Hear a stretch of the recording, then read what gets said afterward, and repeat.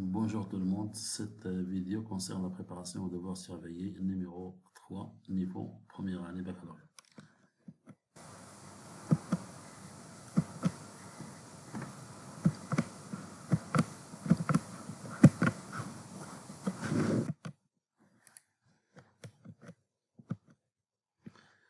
Le devoir est le suivant, il est constitué de trois exercices. Exercice numéro 1, physique 6 points.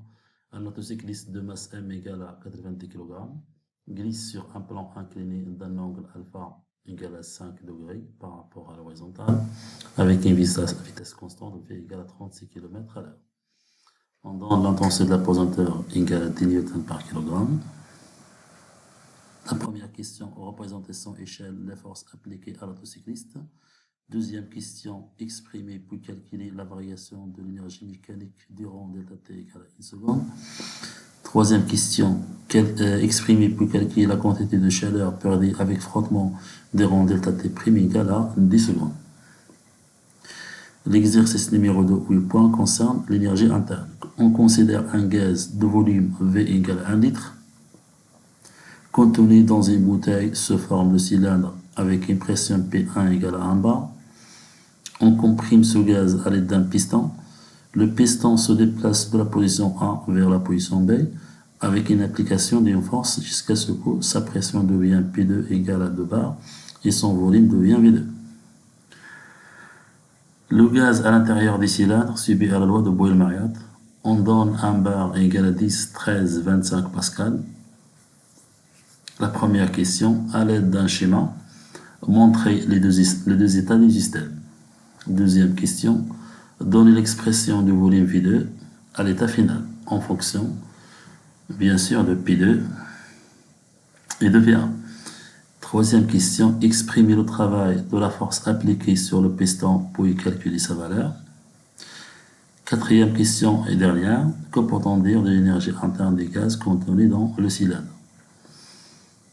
La troisième question concerne la chimie 6 points. On verse dans un bécher un volume V1 égale à 50 ml de concentration de sulfate de cuivre 2, Cu2 plus SO4 de moins, de concentration C1 égale à 0,2 mol par litre.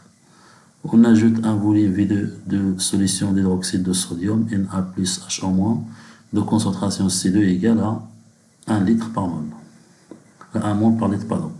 Un précipité bleu d'hydroxyde de cuivre 2, CuOH2, a été formé. On note N2 la quantité de matière initiale des ions HO-. On donne la masse molaire du cuivre égale à 63,5 g par mol. La masse molaire d'hydrogène est égale à 1 g par mol. La masse molaire d'oxygène égale à 16 g par mol. Première question. Écrire l'équation de la réaction équilibrée. Calculer la quantité de matière initiale des ions Cu2+. Troisième question, dresser le tableau d'avancement. Quatrième question, déterminer la valeur de N2 pour que le mélange soit stéchiométrique. Cinquième question, en déduire dans ce cas la valeur du volume V2.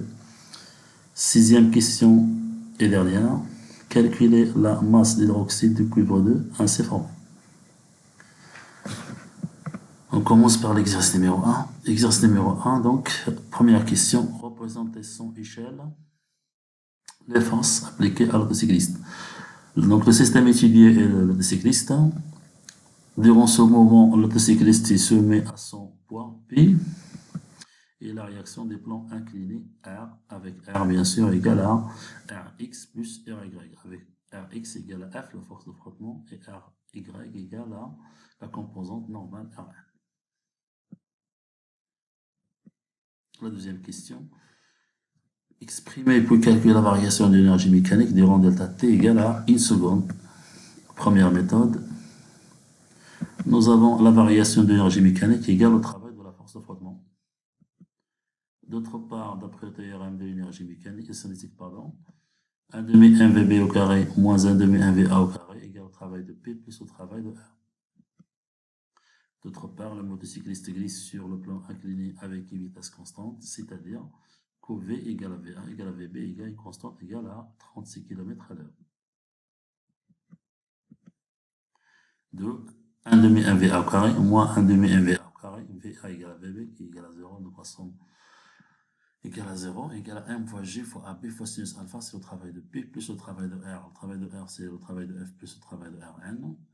Il vient que 0 égale à mg fois ab fois sinus alpha plus le travail de F plus le travail de Rn. Le travail de Rn égale à Rn scalaire ab.